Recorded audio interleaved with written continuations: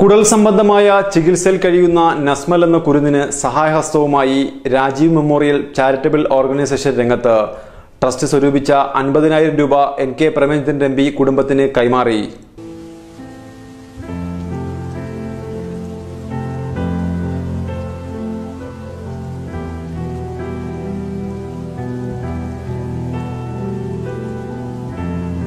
മൂന്ന് വയസ്സിനുള്ളിൽ 6 ശസ്ത്രക്രിയയ്ക്ക് വിധേയനായ കുരുന്നു ബാല്യത്തിന് കാരുണ്യത്തിന്റെ സ്പർശനമായി രാജീവ് മെമ്മോറിയൽ ചാരിറ്റബിൾ ഓർഗനൈസേഷൻ മാതൃകയായി. നസ്മൽ എന്ന കുരുന്നു ബാല്യത്തിന് ഇതിനോടകം തന്നെ 6 ശസ്ത്രക്രിയയ്ക്ക് വിധേയനാക്കി.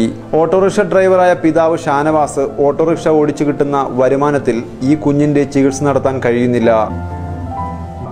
ഇതിനോടകം 9 ലക്ഷത്തോളം രൂപ ചികിത്സയ്ക്കായി ചിലവഴിച്ചു.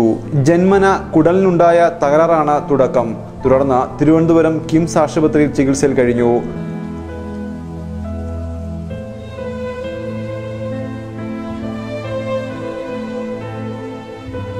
കുടലിനുണ്ടായ അസുഖം മൂലം 6ഓളം ശസ്ത്രക്രിയകൾ നടത്തി.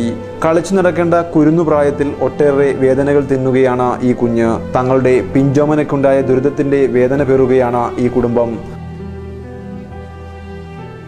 നസ്മലിന്റെ ഈ അവസ്ഥ തിരിച്ചറിഞ്ഞ രാജീവ് മെമ്മോറിയൽ ചാരിറ്റബിൾ ഓർഗനൈസേഷൻ സഹായഹസ്തവുമായി രംഗത്തെത്തി.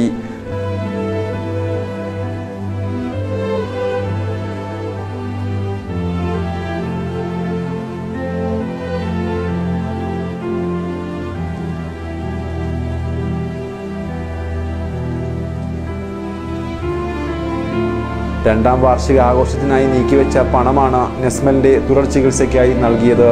ഏതാനും വർഷം മുമ്പ് വാഹനാപകടത്തിൽ മരിച്ച തങ്ങളുടെ പ്രിയ സുഹൃത്ത് രാജീവിന്റെ ഓർമ്മയ്ക്കായാണ് ട്രസ്റ്റ് രൂപീകരിച്ചത്. തങ്ങൾ സ്വരൂപിച്ച 50,000 രൂപ കഴിഞ്ഞ ദിവസം NK പ്രേമചന്ദ്രൻ MP ഈ കുടുംബത്തിന് കൈമാറി.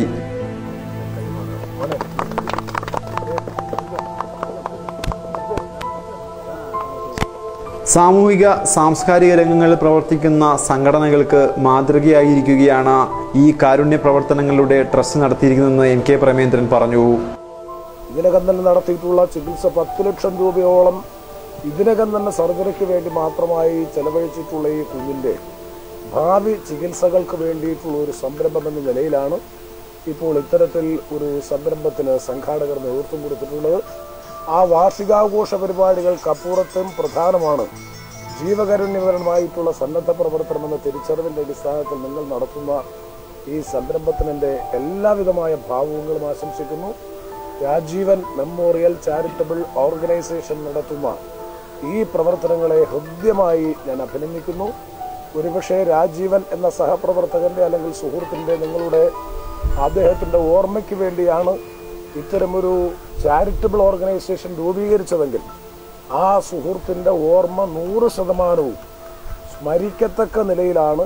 അതിന് അനുയോജ്യമായിട്ടുള്ള ഒരു സംരംഭമാണ് നസ്മലിൻ്റെ ചികിത്സാ സംരംഭത്തിൽ ഭാഗവക്കാകാൻ RMC തീരുമാനിച്ചിട്ടുള്ളത്. അതിൽ നേതൃപരമായ പങ്കുവഹിച്ച ബന്ധപ്പെട്ട എല്ലാ സുഹൃത്തുക്കളെയും ഞാൻ അന്വേഷിച്ചപ്പോൾ അവരുടെ തന്നെ സ്വയാർജിതമായ വരുമാനത്തിൻ്റെ ഒരു അംശം എടുത്തിട്ടാണ് ഈ തുക ഇന്ന് ഈ കുഞ്ഞിൻ്റെ ചികിത്സയ്ക്കായി സംഭാവന ചെയ്യുന്നത്. അദ്ദേഹം സ്പോൺസർ ചെയ്തിട്ടുണ്ട്. അത് കൊടുക്കുന്നതിനായിട്ട് അദ്ദേഹത്തിന് ഇവിടെ എത്തിച്ചേർന്നിരിക്കുന്ന കൗൺസിലർ ലൈലാകുമാരി അവർകളെയും വേണു ചേട്ടനെയും ഗോപിനാഥൻ ചേട്ടനെയും ക്ഷണിച്ചുകൊള്ളുന്നു.